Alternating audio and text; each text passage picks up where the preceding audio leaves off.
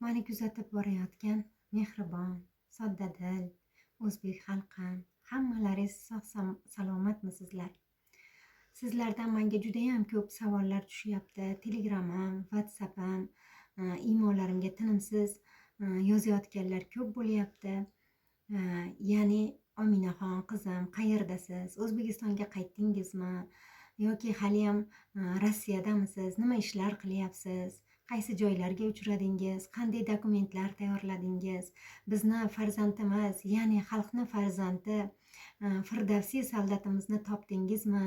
Degan ko'pdan ko'p savollar, murojaatlar bo'lyapti.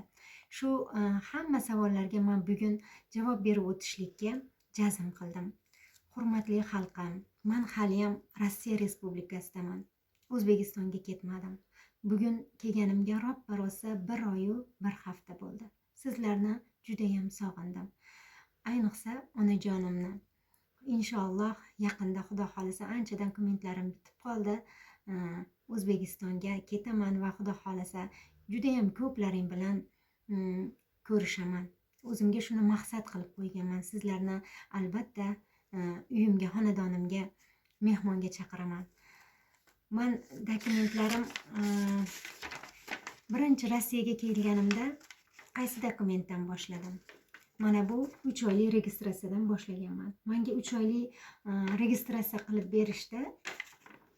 Bu registratsiya bilan bemalol ko'chada yura olaman. Nimadan o'tayotganimda chegaradan. Mana bu menga blankani berishgan. Bu blanka juda ham muhim. Ya'ni yana qaytib O'zbekistonga chiqib ketayotganda buni agar mabodo sizlar ham farzandingizni yoki aka-ukalaringizni izlab kelsangiz, bu blankani yo'qotib qo'ymang. Ya'ni yana O'zbekistonga qaytib chiqib ketayotganingizda sizga muammo bo'lmasligi uchun. Endi men farzandimni tug'ilganligi haqida guvohnomasini perevod qildirganman ruschaga. Buni O'zbekistonda qildirganingiz ma'qulroq. Nimagaki bu yerda bu menga 1800 rublga tushgan. Ya'ni bizni pulga qimmat bo'lib ketar ekan. Mana bu mana pasportimni prevodi. Buni ham prevod qildirdim. Bu 2000 rublga tushdi bu yerda. Bularni prevod qilmasangiz ruslar dokumentingizni tushunishmaydi, qabul qilishmaydi. Borib prevod qilib keling deb aytishadi. Endi men birinchi kelganimda sizlarning xabarlaringiz bor, video qilganmiz, bilasizlar xalqim.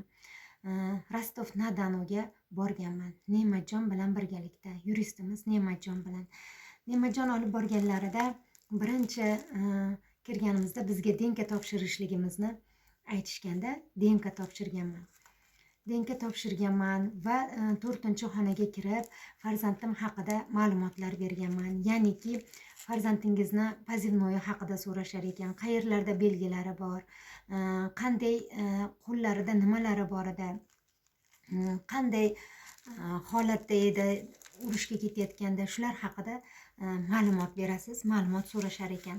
Endi biz yaqinda Batya boboni yaxshi taniysizlar. Batya bobo bilan birgalikda Yekaterinburgga bordik. Ya'ni o'g'limni voyenniy chastiga.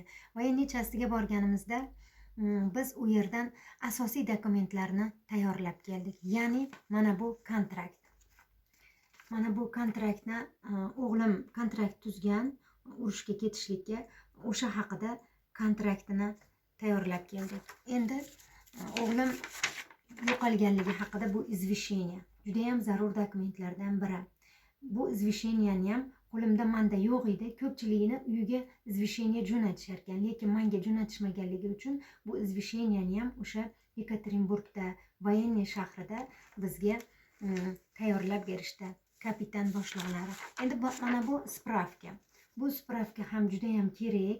Mana shu qog'ozlarning ichida bironta dokumenti kam bo'lsa ham qabul qilishmaydi. Bu yerda shunaqa, o'zlaring yaxshi bilasizlar. Rossiya Respublikasida juda ham qog'ozga, ma'lumotlarga juda ham mukammal, mahkam bo'lishar ekan. Ozgina bir nimasi, bitta harfi noto'g'ri bo'lib qolsa ham qaytarishib yana qaytadan to'g'rilatishar ekan. Endi men Yekaterinburg shahriga borganimda farzandim yo'qolganiga 3 oy bo'ldi. 3 oydan beri topilmaganligi uchun menga kompensatsiya pulini yozib to'g'rilab berishdi. Kompensatsiya puli uchun Sberbank oldin karta ochtirasizlar, nomlaringga karta ochirganlaringdan keyin mana bunday Sberbankdan qog'oz beradi. Mana shu qog'oz juda ham kerakli narsa. O'sha kompensatsiya to'layotganda bu qog'ozda ko'riladi. Shu qog'ozga asoslanib, shu qog'ozga qarab turib, sizlarga qachondan beri izlayapsizlar, farzandlaringiz qanchadan beri yo'q yoki pogibshiy, ya'ni halok bo'lganligi haqida bilib turib, o'shanga qarab sizlarga o'sha kompensatsiya puli to'lanadi. Menga 3 oylik kompensatsiya pulini chiqarishdi. Hali endi mana kartamga tushadi. Hali bu nimani kompensatsiya pulini hali olganimcha yo'q, lekin dokumentlari tayyor bo'lgan. Xalqim, sizlar Rossiyaga kelishdan oldin juda ham ehtiyot bo'linglar. Ancha kunlar isib qoldi, lekin shunga qaramasdan baribir musofir yurtdamiz. Qiyin. O'zim mana musofirchilikni ko'rdim. Alhamdulillah, sizlar men bilan birga bo'ldilaring. Tinimsiz menga ko'nglimni ko'tarib yozib turdilaring. Hol ahvolimdan xabardor bo'lib so'rab turdilaring. Sizlardan juda ham men minnatdorman. Lekin bu yerda hamma ham sizlar o'ylagandek birdek emas. Juda ham ko'p odamlar kompensatsiya pulida aldanib qolyapti. Juda ham ko'p advokatlarimiz aldab 50% menga berasan deb pullarni olishib yoki bo'lmasam telefonda chaqirib, o'g'lingizni biz topdik, keling mana biz naqa qilib beramiz deb aldashib, oldin pul jo'nating deb pul nima qilib olishib, undirib olishib, keyin borganlaringda yo'q bo'lib qolishib, telefonlarni o'chirib olishib, bunaqa holatlar juda ham ko'p uchradi. O'zim guvohi bo'ldim, ko'rib qancha onalar yig'lab, Ominaxon, siz qanaqa qilyapsiz? Biz aldanib qoldik. $10,000 pulimizni olishdi, lekin hech narsa bir nima bo'lmadi. Hech qanday birga hech narsa qilib berishmadi deb juda ham ko'p menga xafa bo'lishib, yig'lashib, murojaatlar qilishyapti. Shuning uchun juda ham hushyor bo'linglar. Keyin kelayotganda ko'proq pul bilan kelinglar xarajatlariga. Albatta pulni olish uchun, bu farzand bolani pulini olish uchun albatta pul kerak bo'ladi. Oldin o'sha sarflaydigan joylari bo'ladi. Ana shuning uchun o'zlari bilan birgalikda mana joylarga, yeb ichishga, yurish, taksi yo'llariga, hammasiga o'zlaring yaxshi bilasizlar, albatta mablag' kerak bo'ladi. Shuning uchun qiynalmasliklaring uchun mablag' olib olinglar. Endi keyin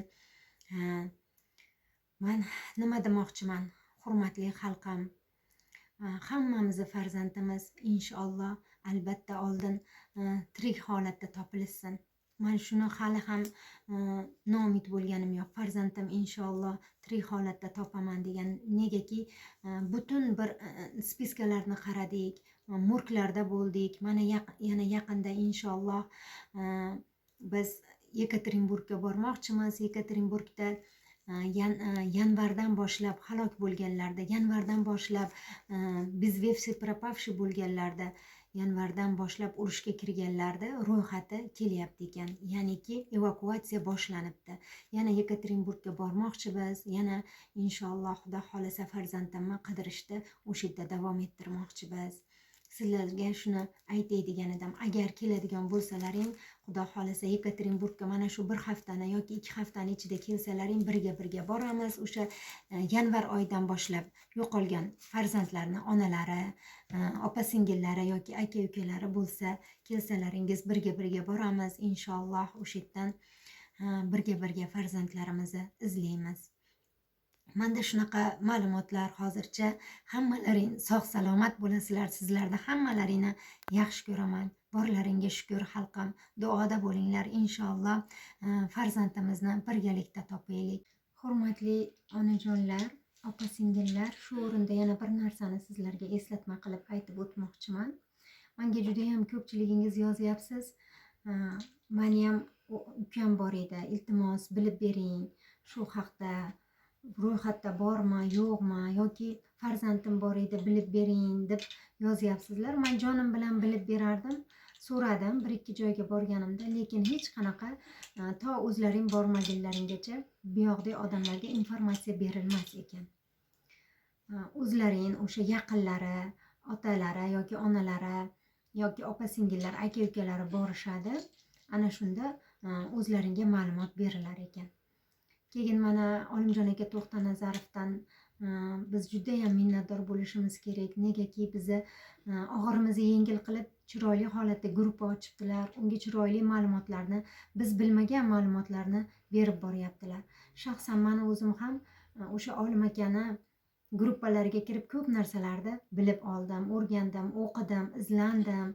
Juda ham men minnatdorman gruppa ochganlaridan. Gruppalardagi ancha onaxonlar bilan yaqindan tanishdim, opa singillar orttirdim. Rahmat, ulardan Alloh rozi bo'lsin, Olimjon akadan.